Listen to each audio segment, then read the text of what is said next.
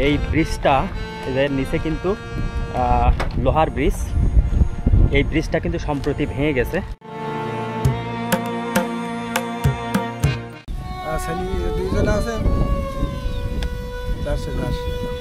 আলাদা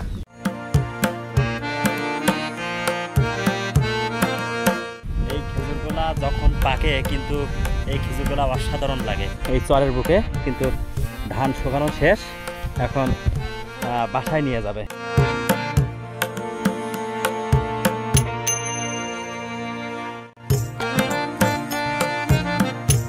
ভালো আছেন? ধান কি শুকানো শেষ? হ্যাঁ, শুকানো শেষ। আপনার বাসা কোনটা? ওই যে সামনেরটা। এই যে এইটা না? এটা। আচ্ছা, ভাইয়ের বাসা একটু যে দেখি। এই ভাইয়ের বাসা কিন্তু এই, আর এই পাশে দেখুন কিছু গরুর গোয়াল ঘর আছে। তো এর ভিতরে কিন্তু আবার কিছু গরু রাখা আছে, এই যে দেখুন। ওয়াও, এখানে 3টা গরু আছে। আর এই হলো ভাইদের বসবাস। আচ্ছা, আমরা একটু পিছন সাইডে যদি আসি আপনাদেরকে দেখাই। এই যে দেখুন, এখানে কিন্তু ধান সিদ্ধ করা হয়, গ্রামগঞ্জের যে বানচোলা বলে সেই বানচোলাগুলা। আর আসসালামু আলাইকুম, কি করতেছেন? বাঁশি ঠিক করতেছেন? তাই, বাঁশি দিয়ে কি হবে? গাদা দিতে হবে তো। এই গাদা দিবেন তাই? না, বাড়ি। আচ্ছা, ওই পাশে। এই বাড়িটা কার আঙ্কেল? এটা মোহাম্মদ আলী। আপনার না? না। আচ্ছা আচ্ছা, যাই হোক, এনার যে এই বাসাটা যা, তার নাম হলো মোহাম্মদ আলী। আচ্ছা বাবু, তুমি ভালো আছো? মোহাম্মদ আলী। কেমন ভালো আছো? খুব ভালো আছো না? আচ্ছা ঠিক আছে আঙ্কেল, কাজ করেন। হ্যাঁ, তো যাই হোক, আমরা ঠিক গ্রামের ভেতর দিয়ে এরকম, এই যে দেখতে পাচ্ছেন, এক বাড়ি থেকে আর এক বাড়ি যেতে হলে ঠিক এরকম পথঘাট দিয়েই কিন্তু যাওয়া লাগে। আর এই চরের মানুষেরা তারা কিন্তু এই নদীর পাড়ে, অর্থাৎ এই যে দেখুন খোলামেলা যে জায়গা, এই জায়গায় কিন্তু তাদের প্রয়োজনীয় কাজগুলা সেরে থাকে। যেমন এই যে ধান চাল নেড়ে দেওয়া, এই যে দেখুন এই ধান চাল কিন্তু এখানে নেড়ে দিয়েছিল, এটা কিন্তু শুকানো শেষ। আর এইখান থেকে নদীটা দেখুন কত কাছাকাছি। এই যে দেখুন, এটা কিন্তু মরিচাপ নদী। এই নদীটা কিন্তু এইভাবে বয়ে চলে গেছে বিভিন্ন গ্রামের ভিতর দিয়ে। তো যাই হোক, আপনাদেরকে যেই চর দুইটার নাম বলছিলাম, এটা কিন্তু গোবিন্দপুর, আর এইটা কিন্তু গোবিন্দপুর চর। আর এইটা সাতক্ষীরার থানার ভিতরে পড়ছে, আর এইটা দেবহাটা থানার ভিতরে পড়ছে, অর্থাৎ সাতক্ষীরা জেলার কিন্তু অন্তর্ভুক্ত এই দেবহাটা থানা। তো যাই হোক, এই চরে দেখুন এক বাড়ি থেকে আর এক বাড়ি যেতে হলে এইরকম ধান ক্ষেত পার হয়ে কিন্তু যাওয়া লাগে। তো যাই হোক, আপনাদেরকে সবসময় যে চরের ভিডিও দিয়ে থাকি, আসলে চরের মানুষের জীবনযাপন দেখতে খুবই ভালো লাগে। আসলে তারা কত দারিদ্রতার মাঝখানে জীবনযাপন করে, সেগুলাই কিন্তু আপনাদেরকে বরাবর দেখাই থাকি। তো এই যে দেখুন আমার পিছনে একটা বাড়ি, এই বাড়িটার অবস্থাটা একটু দেখুন, আমি আপনাদেরকে দেখাই। এই যে দেখুন, বাড়ির সামনে ধান শুকায় কিন্তু রেখে দিয়েছে, আর বেশ খোলামেলা একটা বাড়ি। আর এই বাড়ি থেকে ওই সব বাড়িতে যাওয়ার জন্য এই রকম পথ ব্যবহার করতে হয়। তাছাড়া কিন্তু এই যে দেখুন, এপাশেও কিন্তু মাঠ, আবার এপাশেও কিন্তু মাঠ, আর ওই যে দূরে ওটা কিন্তু নদী। তো যাই হোক, এই ছাড়া কিন্তু এখানে আর কোনো পথ নেই এক বাড়ি থেকে আর এক বাড়ি যাওয়ার জন্য। এই যে দেখুন, ওয়াও, এই একটা বাড়ি দেখুন। এই বাড়িটা আপনাদেরকে একটু দেখাই। আসসালামু আলাইকুম দাদু, ভালো আছেন? হাই হাই, এই অন্ধকারের ভিতরে কি করেন আপনি? কি করতেছেন? রান্না করতেছি। রান্না করতেছিলেন? কে আপনার গিন্নি নাই? হ্যাঁ আছে, দুজন আমরা, মানে বুড়া বুড়ি। ও, আপনারা দুজন বুড়া বুড়ি?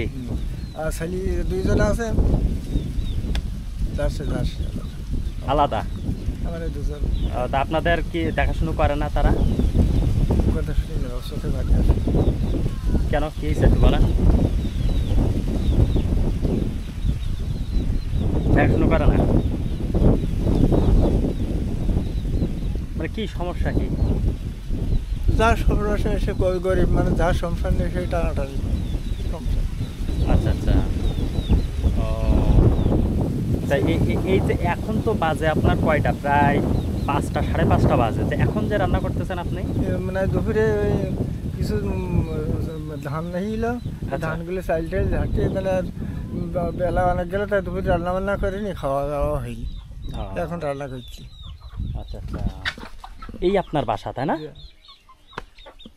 দেখুন আসলে আপনাদেরকে সব সময় তো চোয়ারের ভিডিও দেখাই, এই যে বাসা, এই বাসার ভেতরে বসবাস করে, কত নিচু একটা বাসা। এইখানে যদি আপনারা ঢোকেন তাহলে এইরকম গুড়ি মেরে কিন্তু ঢুকতে হবে, তাছাড়া কিন্তু পয়সা নেই, গরিব মানুষ এসে জোগাড় খবর কি গরিব মানুষ, টাকা পয়সা নেই, কিছু নেই। বুঝতে পারছি আঙ্কেল।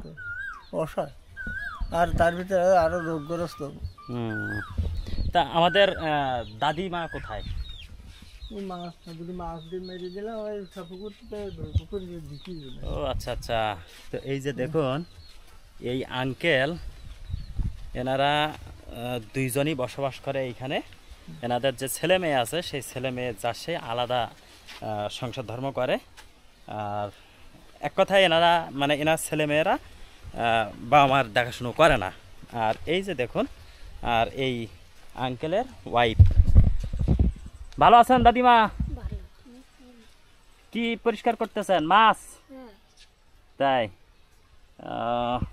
এই যে দেখুন এই তেলাপিয়া মাছ পরিষ্কার করতেছে।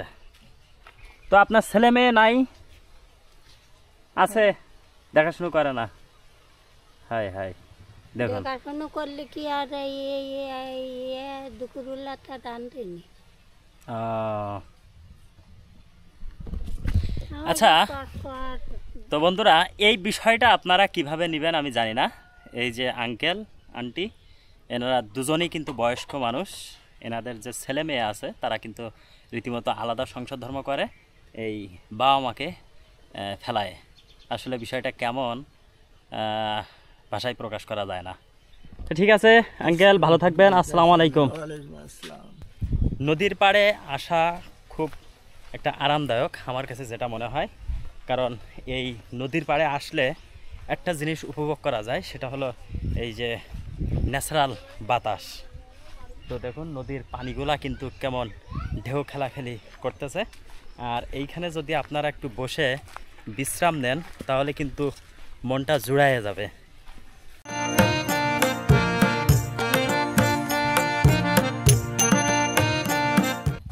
কি ধান শুকানো হয়ে গেছে? এই যে দেখুন এই চরের বুকে কিন্তু ধান শুকানো শেষ, এখন বাসায় নিয়ে যাবে। তো কি ধান শুকাইছিলেন? এটা কি ধান? রড মিনিকেট। তো শুকানো শেষ? আচ্ছা আচ্ছা। এ কি আর শুকানো লাগবে নাকি এই শেষ? এক রোদে শুকিয়ে গেছে?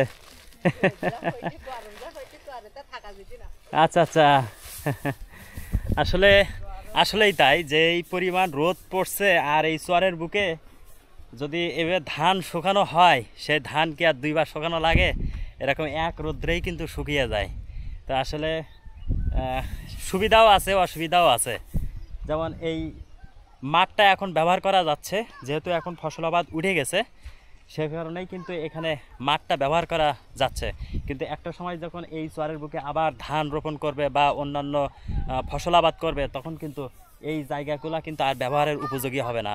তখন কিন্তু এইসব মানুষের কিন্তু যাতায়াতের যে সমস্যা, সেটা কিন্তু আরও কঠিন থেকে কঠিনতম হয়ে যাবে। আপনাদেরকে যেটা বলছিলাম যে এই যে দেখুন এই যে মাঠটা, এই মাঠটা কিন্তু ধান তোলা হয়ে গেছে।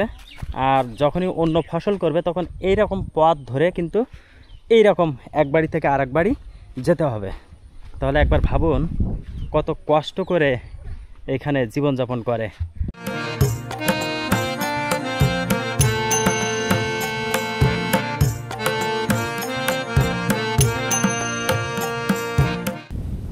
বন্ধুরা চরে যেহেতু আসছি, চরের বুকে এই যে দেখুন খেজুর গাছগুলো আমাদের বাংলাদেশের দেশি খেজুর।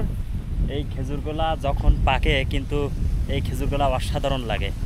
আসলে সৌদি আরবের বা বৈদেশিক যে খেজুরগুলো আছে সেই খেজুরের সাথে এই খেজুরের তুলনা করা যাবে না, কারণ ওই খেজুর সম্পূর্ণ আলাদা আর এই খেজুর সম্পূর্ণ আলাদা, দুটো দুই রকম। তো যাই হোক, এরকম খেজুর আমরা কিন্তু খুব ছোটোবেলায় প্রচুর পরিমাণে খাইছি। তখন এরকম খেজুর গাছে উঠে কত যে খেজুর পাড়ছি তার কোনো শেষ নাই। আসলে এই খেজুর দেখে সেই ছোটোবেলার কথাগুলো মনে পড়ে গেল। নিশ্চয়ই আপনাদেরও শৈশবকাল ঠিক এমনই ছিল।